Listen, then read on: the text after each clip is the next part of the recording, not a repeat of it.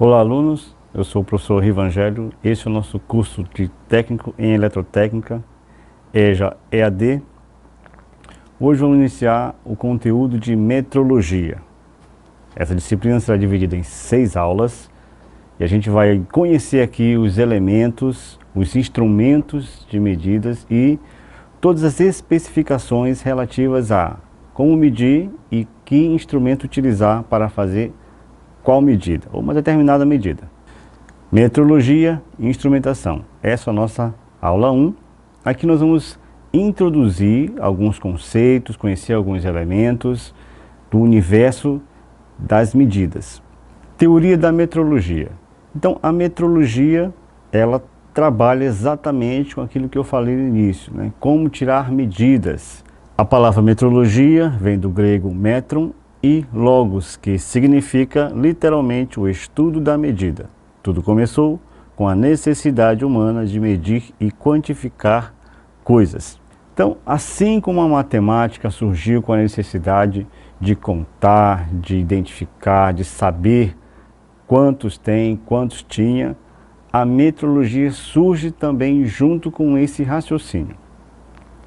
A necessidade de quantificar as coisas torna necessário uns instrumentos de medidas específicos para cada medição. Só que, depois de muitos anos de aperfeiçoamento, as unidades de medidas foram crescendo, foram ficando diferentes pelo mundo, e aí tivemos que ter uma unidade de medida padrão para todos. Aí vem o nosso Sistema Internacional de Unidades, mais conhecido como SI. Ele surge em 1960 e é conhecido no mundo todo. O SI ele surge para padronizar as unidades de medidas que podem ser usadas nas diferentes áreas e em todo o mundo, para facilitar o entendimento de qualquer trabalho produzido. É muito mais fácil que tenhamos uma unidade padrão para cada tipo de medida. Corrente elétrica, tensão elétrica, potência, comprimento, distância, área. Então, todas essas medidas foram padronizadas para facilitar o entendimento e o acesso às informações no mundo todo.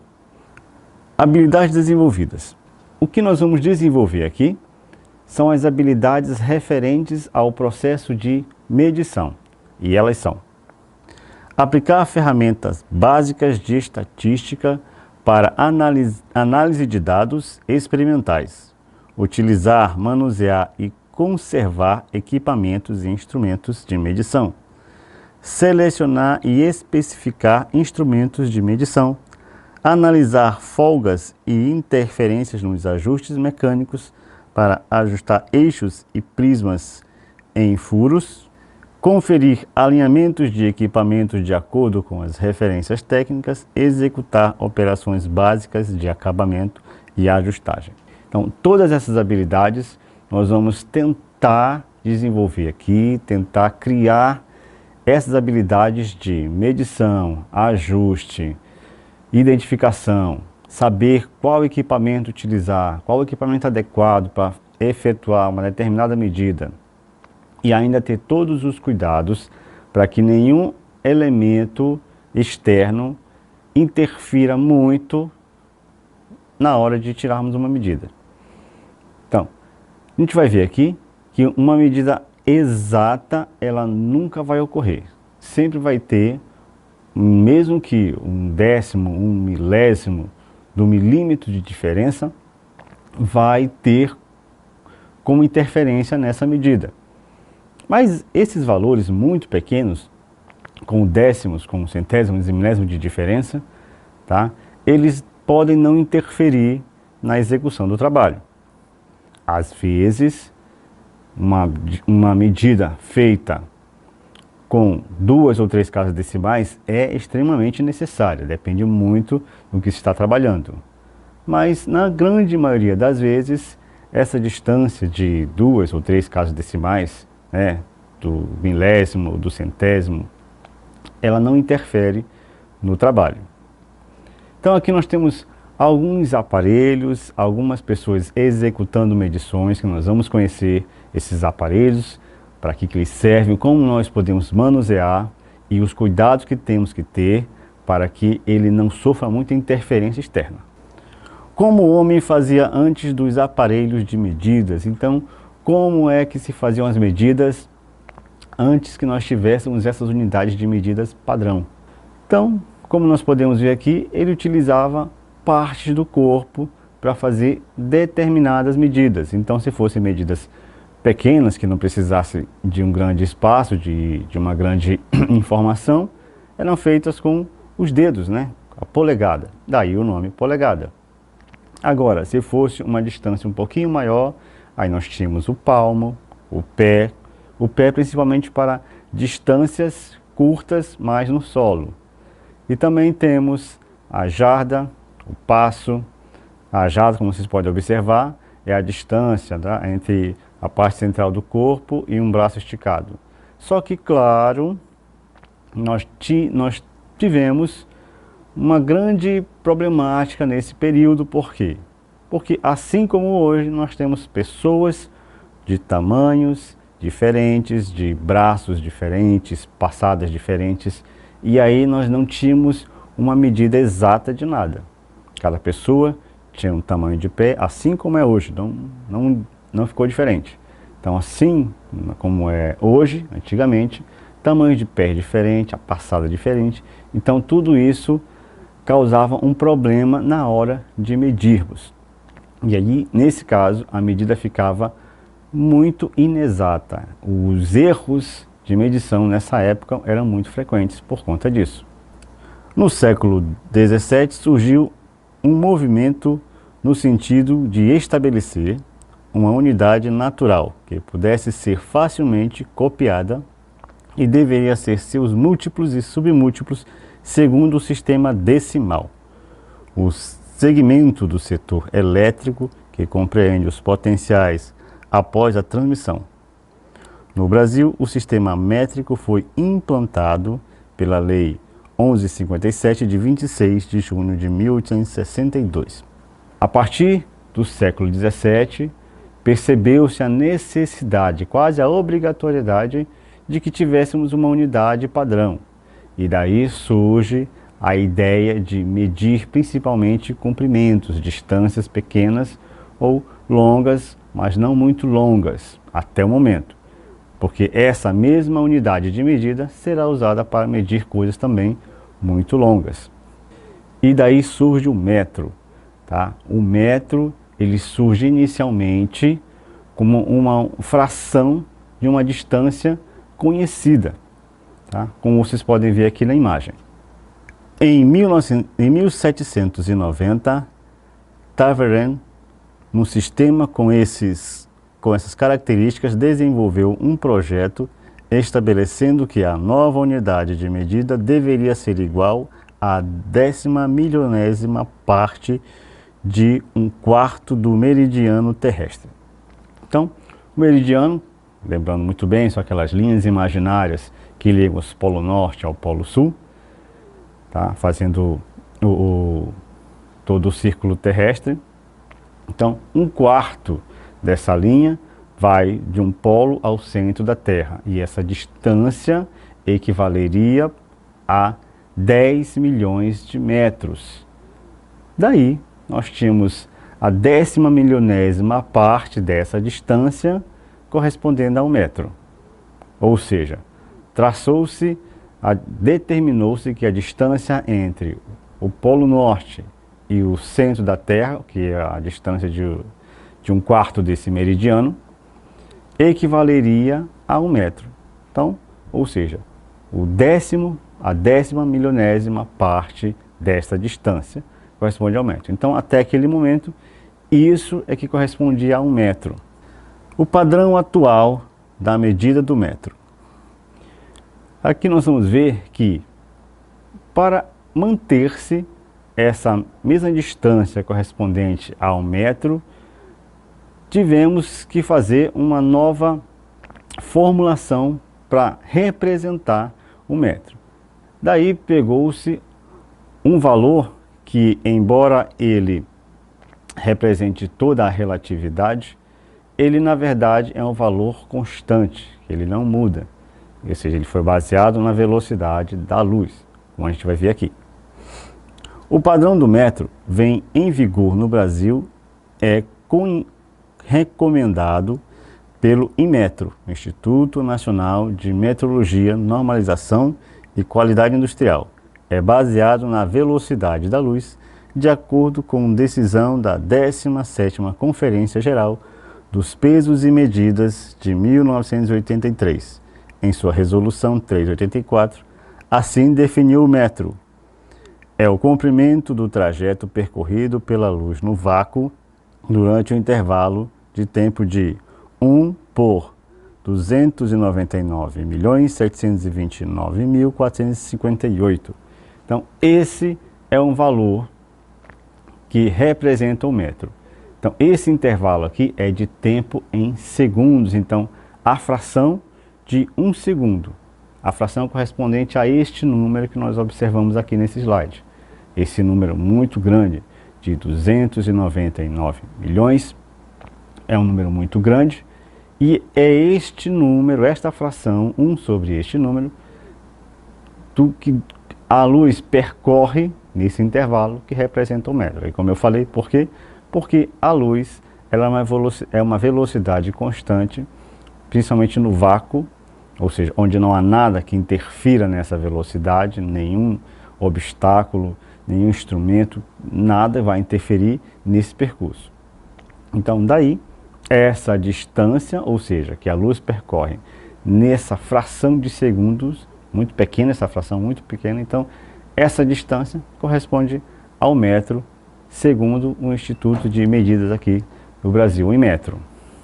Finalidade da metrologia. A metrologia não tem por fim somente reter, rejeitar ou identificar valores relativos aos produtos fabricados fora dos requisitos especificados. Destina-se antes a orientar a fabricação e evitar erros. Essa é a finalidade da metrologia. Não é simplesmente identificar o erro e condenar um determinado produto, uma determinada peça, ou condenar o produtor ou o fabricante, mas sim orientar para que essa fabricação de qualquer produto que seja uma peça, seja um produto, orientar que ele seja produzido com a menor quantidade de erros possível. Daí nós temos também esses padrões que devem ser seguidos de acordo com a legislação brasileira, de acordo com o Inmetro. Considerações. Na tomada de quaisquer medidas devem ser considerados 3 elementos fundamentais: o método, o instrumento de medição e o operador. Aqui nós temos os 3 elementos, tá? As 3 áreas, os 3 termos que fazem parte da metrologia. Ou seja, é quem mede, o que será medido e como se mede. Então, esses 3 elementos fazem parte da medição. E quem mede não é simplesmente qualquer pessoa, tem que ser uma pessoa qualificada para exercer aquela função. Ele tem que saber utilizar a ferramenta, o elemento com o que se mede. Tá? E para isso, ele também tem que conhecer o que será medido. Tá? Então, esses 3 elementos são os elementos fundamentais para que seja executada uma boa medição com a menor quantidade de erros possível. Método: medição direta consiste em avaliar a grandeza por medir, por comparação direta com instrumentos, aparelhos e máquinas de medir. No exemplo aqui nós temos um instrumento que nós vamos conhecer mais a fundo, é o paquímetro. Tá? Esse é só um tipo de paquímetro, é só um tipo de medição que ele faz. Nós vamos conhecer ele um pouco mais nas próximas aulas. Medição indireta por comparação é determinar a grandeza de uma peça com relação a outra de padrão ou dimensão aproximada. Ou seja, enquanto nós temos a Medida direta, onde você toma um valor conhecido, o metro, por exemplo, e você, a partir dessa medida conhecida, faz a comparação direta com a peça com que se quer medir. Você também tem a por comparação indireta, onde você tem a peça conhecida, não somente a unidade de medida, mas a peça conhecida, e aí você vai comparar a outra que você tem com esta. O exemplo aqui nos slides simula uma peça conhecida, medida, onde ela passa pela área que se quer medir, e a outra onde quer se identificar o valor, que é a peça que ele não passa pela mesma abertura. Então ali nós fazemos uma comparação e identificamos que ela tem um valor maior de diâmetro, porém não se identifica o valor exato. Mas conhecendo uma, sabemos que a outra é maior ou menor, dependendo do que irá acontecer. Nesse exemplo aqui, ela tem o diâmetro maior que a peça conhecida. Medida relativa, tomada de medida de um valor qualquer que varia entre dois valores, um máximo e um mínimo.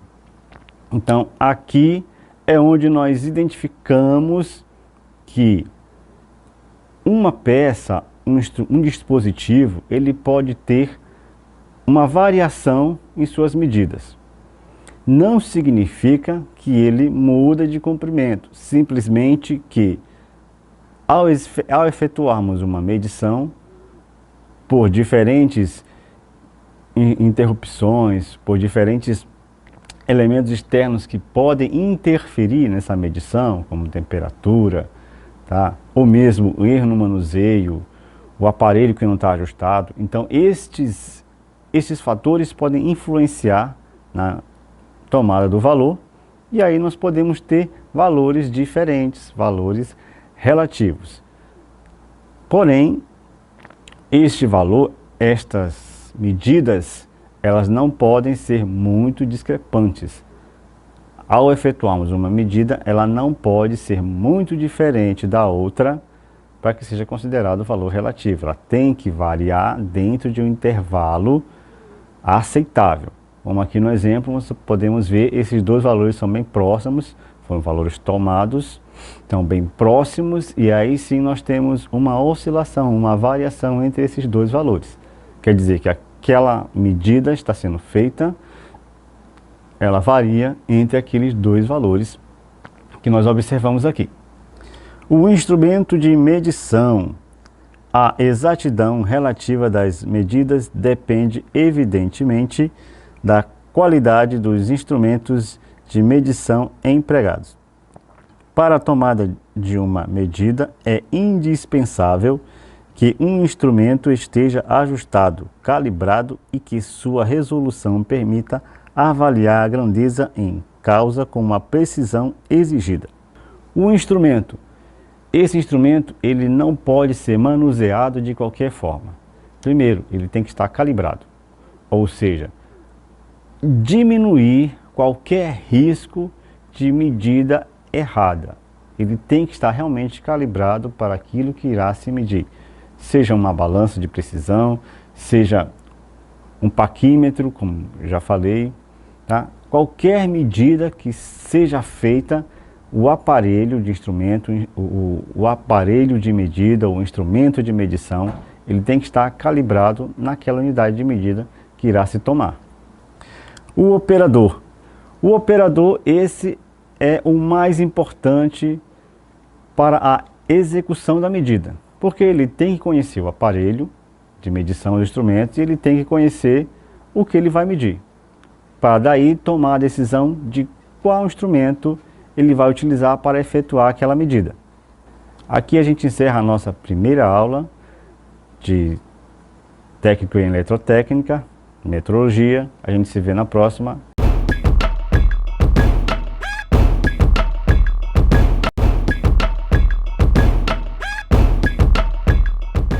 Olá alunos, eu sou o professor Evangelho. Esse é o nosso curso de técnico em eletrotécnica EJA EAD.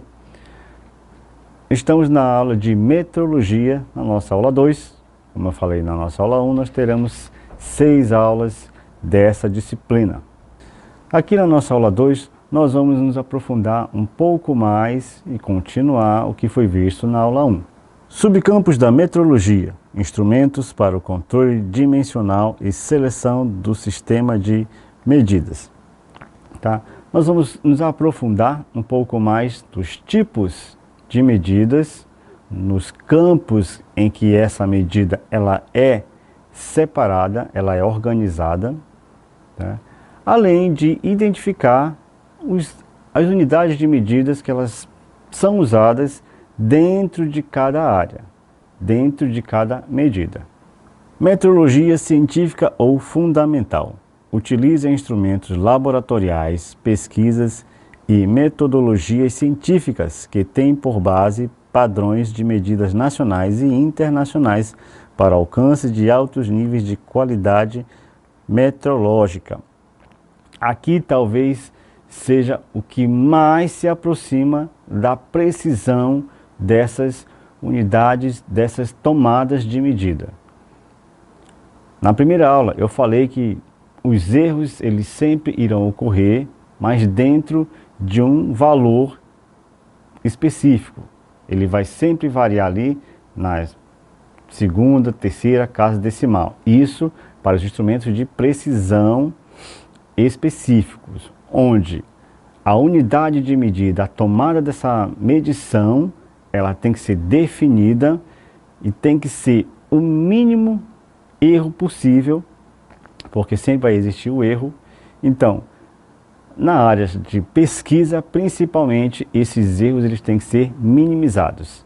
Aqui nós estamos vendo um dos exemplos nessa imagem, é só um dos exemplos em que esta área de medida, esse subcampo de tomada de medida, ela atua em que a precisão ela é muito importante. Então, umidade do ar, vento, temperatura, vibração, tudo isso pode interferir numa unidade, numa tomada de medida, principalmente de precisão, como a gente viu aqui. Tá? Essas tomadas de medida de precisão, elas sempre têm que ser com casas decimais ali abaixo do décimo, tá? O centésimo e o milésimo do milímetro. Então, isso para o milímetro. Não muda para medidas de massa, para medidas de tensão. Então, todos esses valores que eu falei, eles servem para todos os tipos de tomada de medida, não só de comprimento, tá? De massa, de temperatura, de corrente, de tensão, de potência. Então, todos esses valores que podem ser medidos, eles podem sim ter valores muito pequenos e aqueles últimos algarismos ali, eles podem até variar um pouco, mas dentro de um valor aceitável. Metrologia aplicada, técnica ou industrial. É responsável por cuidar das calibrações, controle de qualidade, rastreabilidade de informações. Então aqui nós temos aquela que talvez seja de mais importância para vocês, tá? É a de medidas industriais. Aqui temos diversos equipamentos que talvez alguns conheçam, outros ainda vão conhecer esses instrumentos de medição, onde eles têm também uma precisão grande, bem maior do que os instrumentos mais comuns, mais conhecidos, que a gente também vai conhecer aqui um pouco eles, mas vamos nos aprofundar naqueles que mais importam dentro da nossa área, tá? Então, ele é responsável pela calibragem, responsável pela manutenção desses aparelhos, tá? Para que eles funcionem da forma correta e que a gente possa confiar na medida que estamos tomando. Temos também, tá, a metrologia legal. Está relacionada a sistemas de medição usados nas áreas de saúde, segurança e meio ambiente. Então, na nossa primeira imagem, nós temos ali alguns instrumentos também, como eu já falei. Nós vamos conhecer cada um deles, nos aprofundar em como eles devem ser utilizados. Na metrologia legal, nós temos aqui um exemplo do bafômetro, tá? É um instrumento utilizado para medir o teor de álcool presente dentro ali do organismo da pessoa, para saber se o quanto de álcool ela consumiu, se está dentro do aceitável ou não. É um instrumento de medida também. Tá? Ele mede a quantidade de álcool presente dentro do organismo da pessoa ao efetuar o teste do bafômetro. Instrumentos para controle dimensional. Régua é um instrumento de medida dimensional. São utilizadas para medir precisão as dimensões de uma superfície, profundidade, ângulos, comprimento, etc. Aqui nós temos só um exemplo de uma régua e de uma trena, como vocês podem observar. Nesse caso aqui, essas tomadas de medida, elas não são muito rigorosas. Então aqui é admitido uma medida com um pouco de erro, até porque uma régua ou uma trena, ela está calibrada com unidade de centímetro e milímetro. E entre os milímetros tem ainda os espaços vazios, sem unidade nenhuma. Então, todo aquele espaço, ele também é subdividido, e aí nós temos um outro submúltiplo daquele valor, um valor ainda menor, e assim por diante. A cada dimensão tomada, nós vamos ter uma outra unidade menor ainda. Tá? Aí nós temos um décimo daquele valor, um centésimo daquele valor, um milésimo e assim, continuando. Tá? E aí nós temos todos esses subgrupos, esses valores ainda menores, tá? Do metro principalmente. A trena, elas são muito úteis para profissionais das áreas de engenharia, mecânica, que precisam calcular as dimensões de peças e demais elementos de equipamentos automotivos. A trena, exemplo da régua, ela também tem os valores que podem não ser tão precisos, porém ela é utilizada para medir coisas bem maiores. Tá? Então nós temos trenas de diferentes tamanhos. Tá? Temos trenas de 2 metros, 3 metros de comprimento, de 5, de 10. E aí, dependendo da aplicação, por exemplo, um topógrafo, ele precisa de uma trena que tenha um alcance grande, mas que não seja uma distância muito elevada, porque ele também não vai trabalhar com distâncias muito longas. Ele vai trabalhar dentro ali de um espaço de 10, 20 metros, ou até um pouco mais. Então, tem essas trenas também que tem esses valores, que vai até 50 metros, principalmente para o uso de um topógrafo, ou calcular uma área não tão grande, tá? Para identificar o comprimento e a largura de qualquer coisa, de um local, de um parque, de uma residência.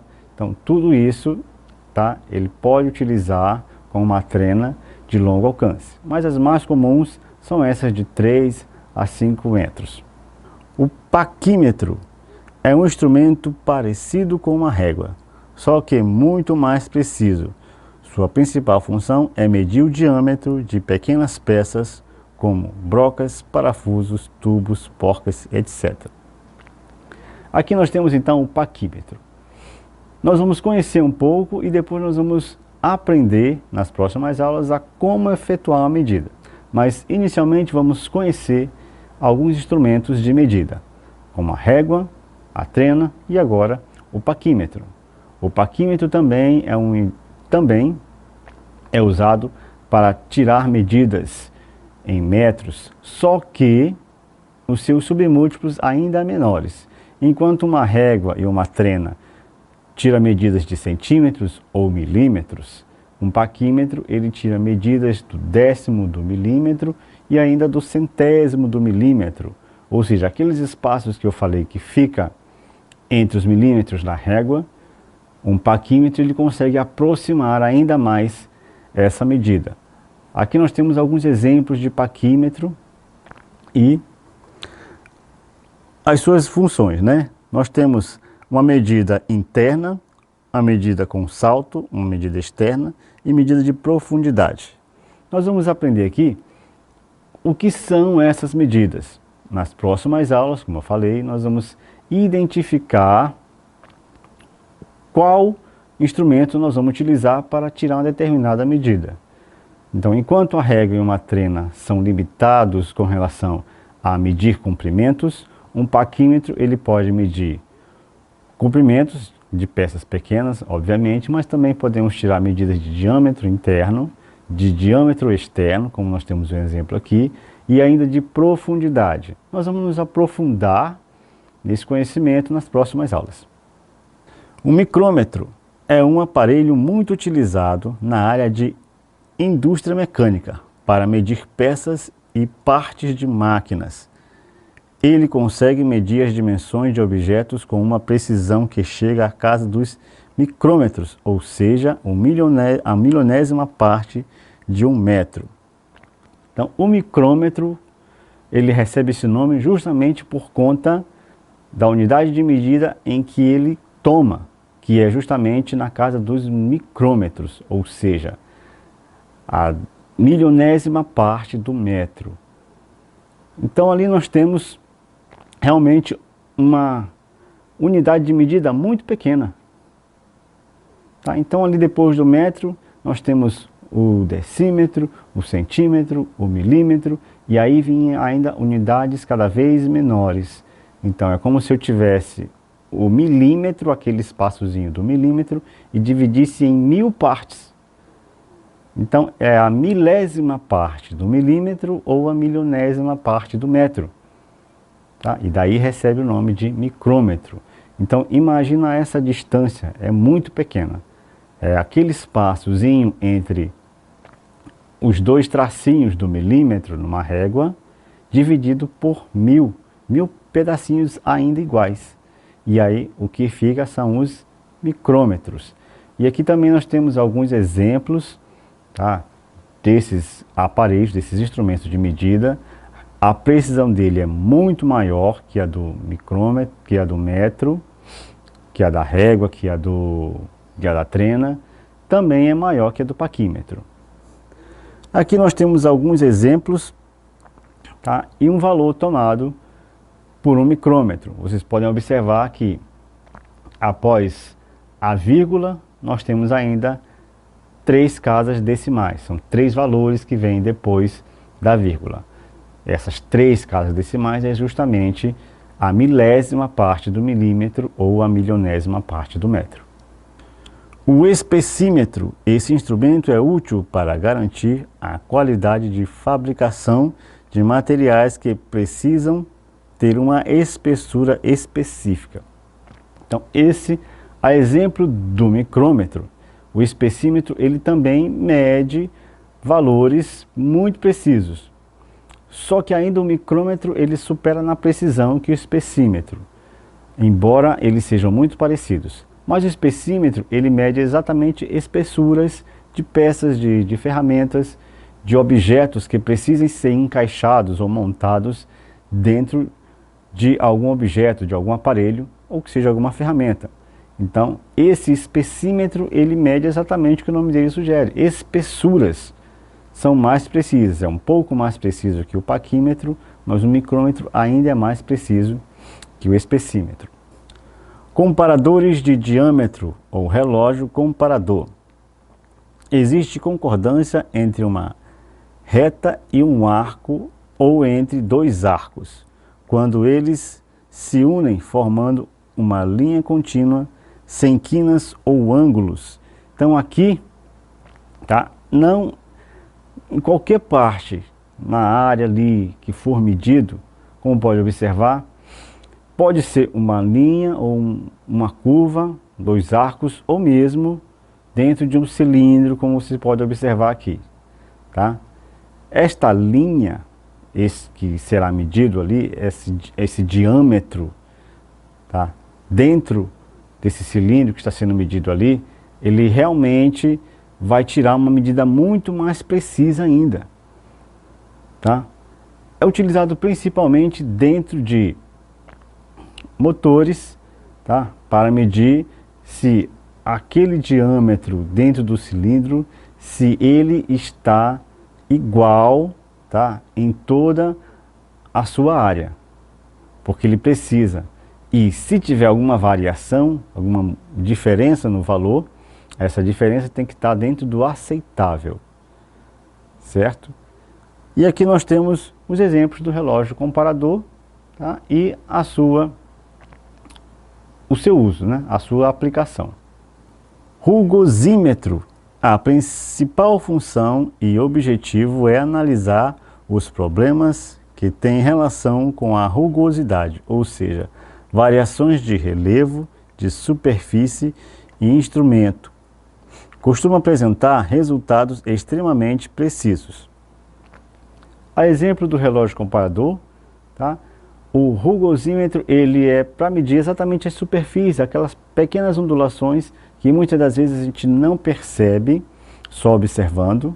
Então, para verificar se há diferença na superfície de alguma peça, de algum objeto, se essa rugosidade interfere no seu funcionamento, nós temos o rugosímetro para medir essa diferença, se tem aquelas ondulações muito pequenas que, em princípio, pode não fazer nenhuma diferença no funcionamento, mas para funções aplicadas para instrumentos, para máquinas em que a gente precise que essa superfície seja perfeitamente lisa ou que se aproxime disso, essa diferença não pode superar a sua especificação.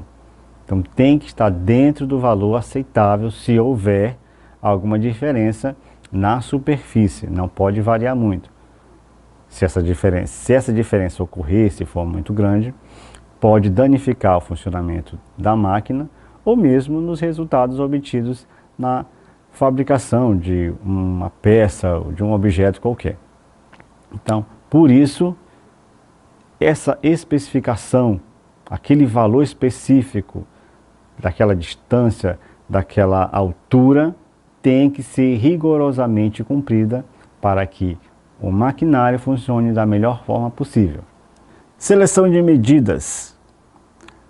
Para a seleção de um sistema adequado de medição, vários fatores são levados em conta após definir o que será medido.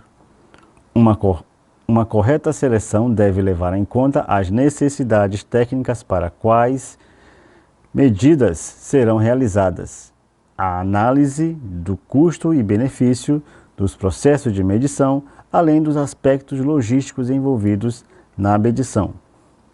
Então aqui, para selecionar um sistema de medição, tem-se que observar o que vai ser medido, tá? O aparelho que será utilizado para efetuar aquela medida e se ele tem também que estar dentro do que foi determinado pela legislação para que seja cumprido a medida da forma correta e também da forma legal. Caracterização da tarefa de medir. O que é medir, por que medir, onde medir e medir. Então nós temos aí a sequência, né, que se deve tomar para efetuar essa medição. Então, o que medir, por que medir, onde medir, tudo isso vai influenciar, tá, no resultado final e aí nós vamos medir. Condições de medição.